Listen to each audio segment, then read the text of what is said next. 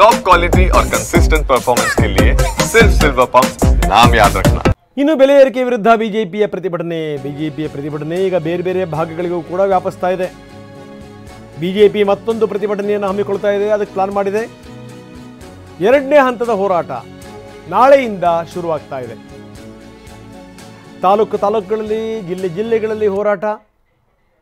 ಈ ಮುಖಾಂತರ ಈ ವಿಚಾರವನ್ನು ಜೀವಂತವಾಗಿಡಬೇಕು. ಯಾಕಂದರೆ ಈ ಸಾಮಾನ್ಯವಾಗಿ ಜನ ಏನು ಬೇಕಾದರೂ ಸಹಿಸ್ಕೋತಾರೆ.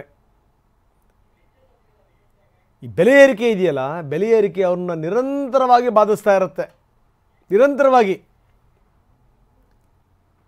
ಸೊ ಅದರ ಲಾಭ ಪಡಿಬೇಕು ಅಂತ ಬಿಜೆಪಿ ನಿರ್ಧಾರ ಮಾಡಿದೆ. ಬೆಲೆ ಏರಿಕೆ ವಿರುದ್ಧ ರಾಜ್ಯಾದ್ಯಂತ ಹೋರಾಟ. ಸ್ಥಳೀಯ ಶಾಸಕರುಗಳು, ಮಾಜಿ ಶಾಸಕರುಗಳು ಅವರಿಗೆ ಇದರ ಉಸ್ತುವಾರಿಯನ್ನು ಕೊಡಲಾಗಿದೆ. ನಾಳೆಯಿಂದ ಈ ಹೋರಾಟ ಶುರುವಾಗ್ತಾ ಇದೆ. ಜಿಲ್ಲೆಗಳಲ್ಲಿ ತಾಲೂಕುಗಳಲ್ಲಿ ಹೋರಾಟ.